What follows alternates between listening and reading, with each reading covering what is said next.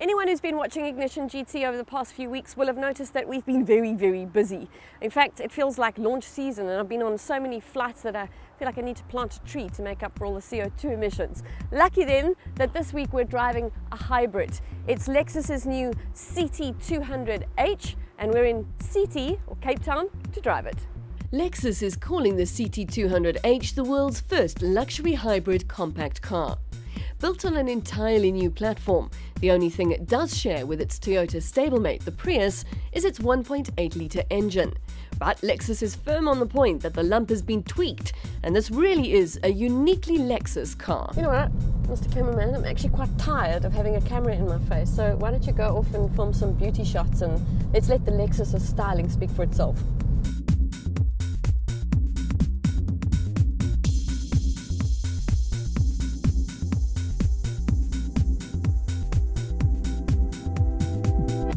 Alright, that's not going to work, is it? Because beauty shot seems a bit like an oxymoron with this car. It's definitely not going to win any pageants. It is interesting. Different nose, short little doors, short little bum. Some angles it looks quite nice. Some it just looks like the curves are in all the wrong places. It just looks like a fat Mazda 3 to me. So, it's not going to be Miss Universe, but can it save the world? Actually, yes, it just might. The CT200h is very green indeed, with a claimed fuel consumption of just 4.1 litres per 100 k's. CO2 emissions come in at a tiny 94 grams per kilometre. It fuses a normal combustion engine offering 73 kilowatts with a high output 60 kilowatt electric motor and a high voltage battery. The total output is only 100 kilowatts though, as some of that power is lost through the gearbox. There's nothing unusual or unique about this hybrid system. It works the same as the Prius, with the electric motor doing duty at lower speeds. An EV mode works with electric power only at speeds of up to 45 kilometers an hour, emitting zero emissions and using zero fuel. The 100 kilowatts of power in this car is not a problem at all. Whether you're driving around town or even on the open road, it's more than enough. You can drive it in normal mode, or you can switch it over to sport, where your lights on your instrument panel will turn red. You've got a tortless on the steering wheel and also a better response on the accelerator pedal. So more than enough on that count. What really lets the driving experience down is the CVT box. Now, Lexus has given us a little speech about how CVTs are misunderstood and can be disconcerting to drive. Absolutely right. That's why we don't like them. And even telling us that CVTs behave differently in hybrids, not convinced.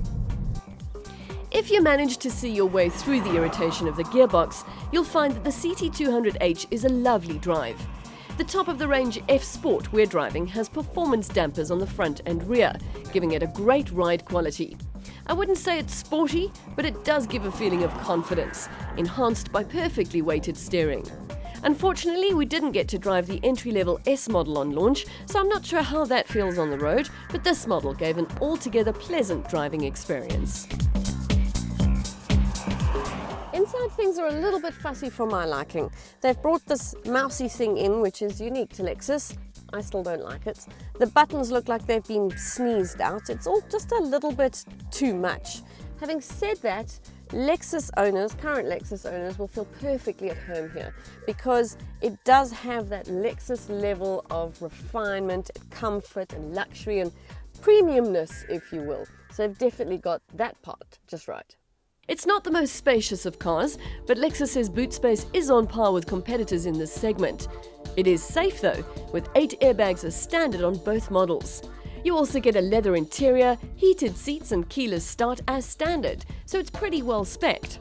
Apart from the dampers and exterior aesthetic bits, the F Sport adds sports electric seats, cruise control and LED lights among other things. We've also got the convenience package on this car, which for 40,000 Rand gives you a navigation system, smart entry, rain-sensing wipers, and additional audio bits and bobs. And all that comes as extra rather than standard because Lexus wanted to keep the pricing sweet to entice people into the Lexus brand. The F Sport model that we're driving comes in at just under 400,000 Rand, but you can get into the S model for 343,000 Rand. It's difficult to sum up an opinion on this car because it doesn't really have a competitor. On the green side, there's the Honda CR-Z, which looks a whole lot better and is much cheaper. Then there's the Toyota Prius, which is priced similarly, but neither of these are really premium. Lexus lists the BMW 120D and the Audi A3 2-litre TDI as main rivals. As out-and-out cars, I'd probably take either one of those over the CT200h. But if I was a greenie looking for luxury in a smaller car, it certainly fits the bill.